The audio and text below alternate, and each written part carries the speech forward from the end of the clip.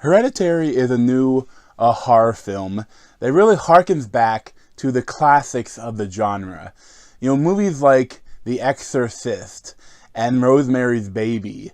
The movies that are pieces of art along with being an entertaining horror film. And can't remember really the last movie I saw that felt so much like it was a piece of art, along with being entertaining. It felt like I was watching an artist, on the screen. Like the director Ari Aster, he was so in control of everything on the screen that it just felt like it was the perfect movie. Like there's no wasted space, and it's an amazing movie that it transcends the horror genre.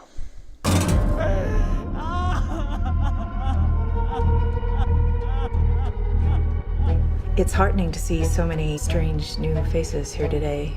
I know my mom would be very touched and probably a little suspicious. My mother was a very secretive and private woman. So going into it, I had pretty high expectations for this movie.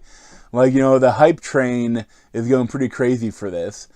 And it should. It is amazing. Especially, the critics are going crazy for it. But it's funny that I started to see the cinema score come out. And the cinema score was like a D. And I'm like, I can understand. Watching a movie, I can understand both ways because this is not a normal horror film.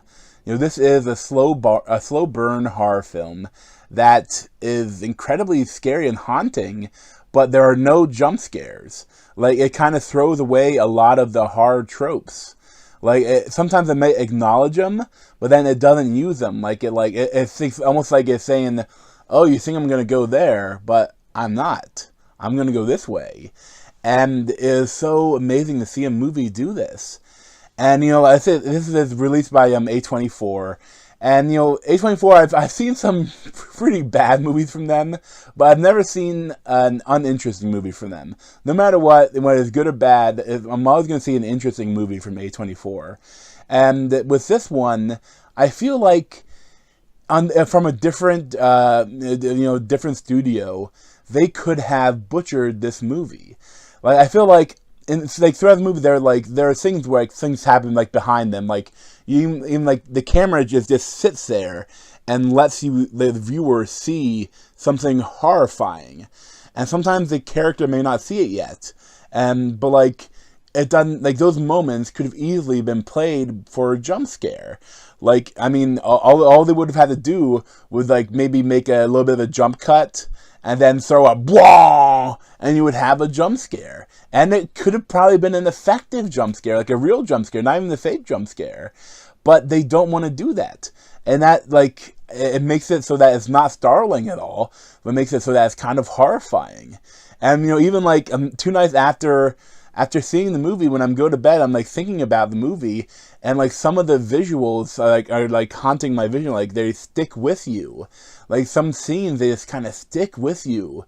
That is, I can't remember the last time they really did that in the horror movie. I really love the Conjuring movies, and they do effective jump scares. But even that, this is different. It's a different kind of movie. And what's really interesting is that you could take something I really like the horror movies have really kind of advanced lately, where they've had you can use the genre and have a lot of metaphors and have multiple different meanings for the movie. And this one does that too. But I think that there's some obvious metaphors that it's making, but it's presenting I feel like what is actually happening on the screen is really what's happening. But you can also take it as different metaphors. And I really like that dichotomy that the movie makes. If you couldn't tell from the title, Hereditary, this movie is about a family. It's also about I love the nature of the Hereditary. Kind of seems like if you're dealing with mental illness, so much of it is hereditary. And this family, Toni Collette, the mother, she believes that their family has a really bad history of mental illness. And you see she's worried that it's going to come out in herself, and she's worried that it's going to come into her kids.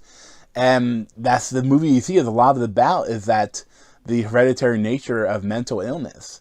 But then it's also Toni Collette, she is a miniatures artist.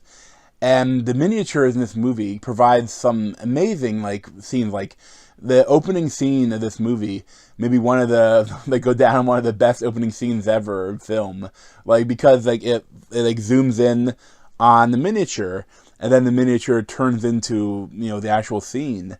So it's like that's the first scene you see. So it's like the whole movie is like, is this all happening in the miniatures? Like, do these characters have any control in their life? Are they just little figures inside a dollhouse? Like, do they have any, like, is it just fate? Is it just genetics, and that's whatever they do is this, it was always bound to happen, and they have no agency? Or, and there's a lot that's like the second main metaphor, I think, the idea of, are you able to do you have any actual choice in your actions, or is it all kind of destined? But like that's like there's a lot of other metaphors you could take on it too. Like that's what I really like. I mean, like you could take a lot of the things in the movie different ways. Even I think those are probably the two main ways that the director was going for. And the director Ari Aster, this is his first film. This is his debut film. Like he's done multiple other short films, but this is his first movie. And it is such an impressive debut. Because, I mean, it feels like, it doesn't feel like a first movie. It feels like he was in complete control of this, everything that happens in this movie. Like, I mean, he was able to get such great acting from his actors. Like, I mean, especially I thought, like, the son, Peter, played by Alex Wolff. Like, at first you're not sure, like, if it's kind of goofy, but, like, when stuff starts happening, he is impressive. And, I mean, everyone is great. The dad is great, but especially Toni Collette. I think she should be in contention for the best actress for the Oscars. She is that good. And even just not just the horror scenes, but also like the drama scenes. But there are scenes of drama in with the horror, and she does both just so perfectly. And she really carries the film on her back, because she has multiple monologues where she has to, give the backstory for the family, and it's really impressive. So I'm going to try to keep away from any spoilers, but I'll give, the setup for the film. Is that, the film opens on an obituary for their grandmother, this family's grandmother. And then you see that, again, after that amazing entry scene, you see them, getting ready to go to the viewing and the funeral. And you see Toni Collette, like, even she gives this great, like, opening speech about how, like, about the relationship with her mom, and saying that, like, there's all these new faces.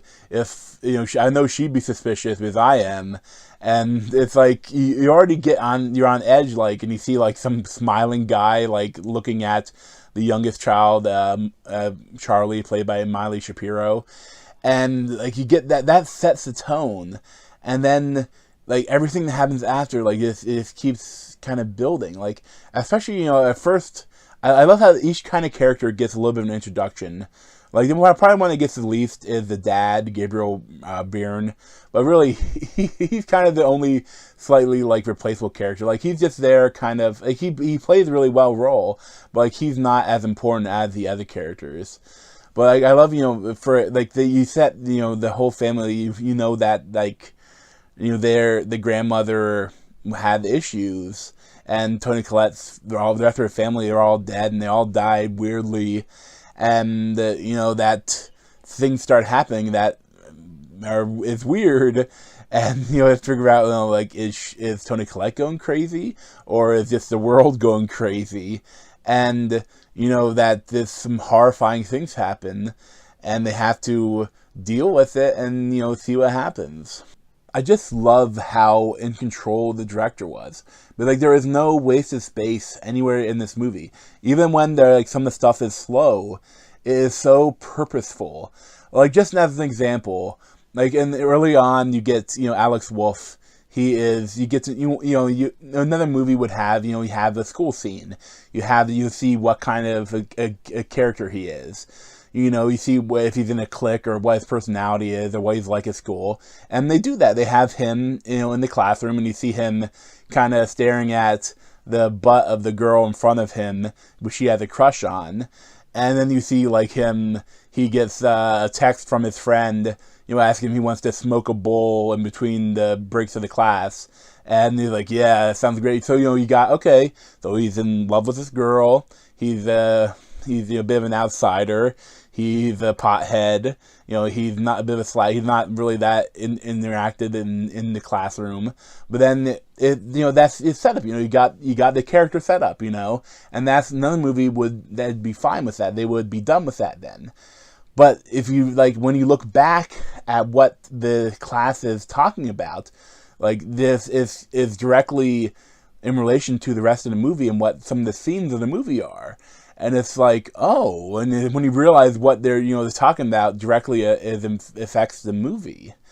And the movie does that multiple times. They don't waste anything. Especially as funny as that, when you watch the movie and you're in the movie, you don't notice it. Sometimes you think that it's just another scene, but then when you look back on it, and I think this movie is gonna be great to watch again, as long as you don't mind seeing the horrifying things again. I feel like there's so many moments that will resonate with what, once you know what happened. You'll be like, oh, I see what you did there. Oh, I see what you did there. Oh, okay. And I feel like there's so many moments like that in this movie. And at its core, this movie it's about a dysfunctional family. And if you take the horror out of it, I think it would still be a good movie. It would still be an interesting movie. But when you throw in the horror that's done so effectively, I mean, there's so many camera shots that they get. The cinematographer is amazing too. But it's so precise, and they do a lot of pans in and out. They zoom in and they spin around. Sometimes they do a lot of different slow but really perfect camera movements. And you get there's a lot of wide shots too, and you see things that are going on. You almost don't catch some things.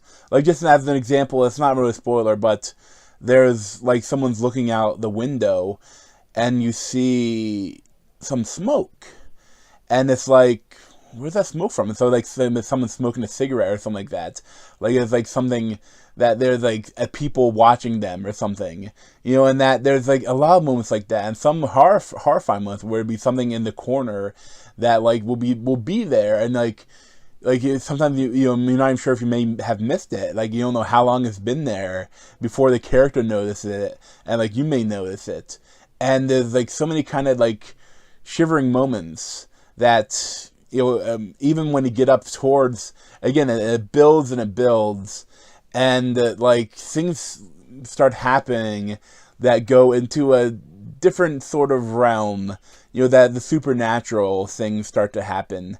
And when it does, it's great. It's and the characters have to interact with them, and it's the viewer and the characters are not even, they're kind of skeptic.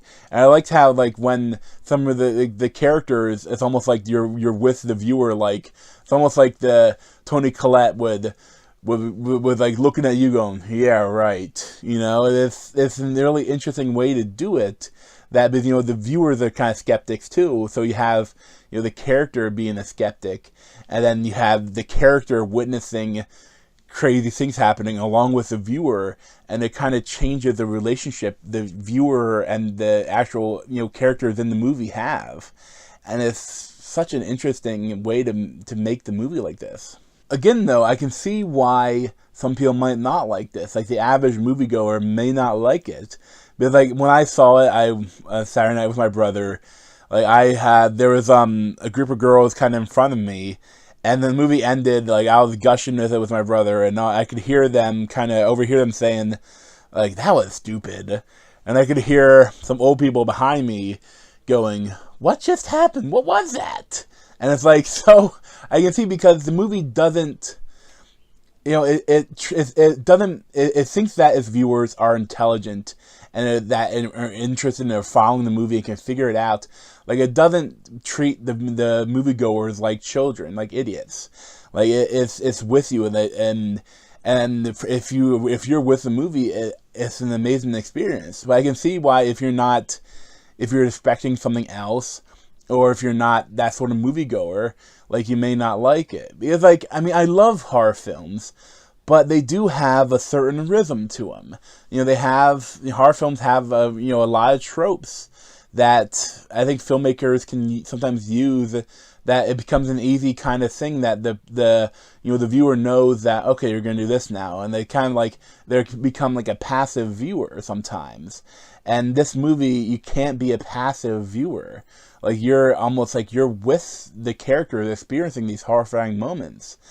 And like, I loved it so much. Like, I think my favorite movie of the year. Like, I mean, I know I love the like, Avengers and movies like that, but I think this is probably my favorite movie of the year so far.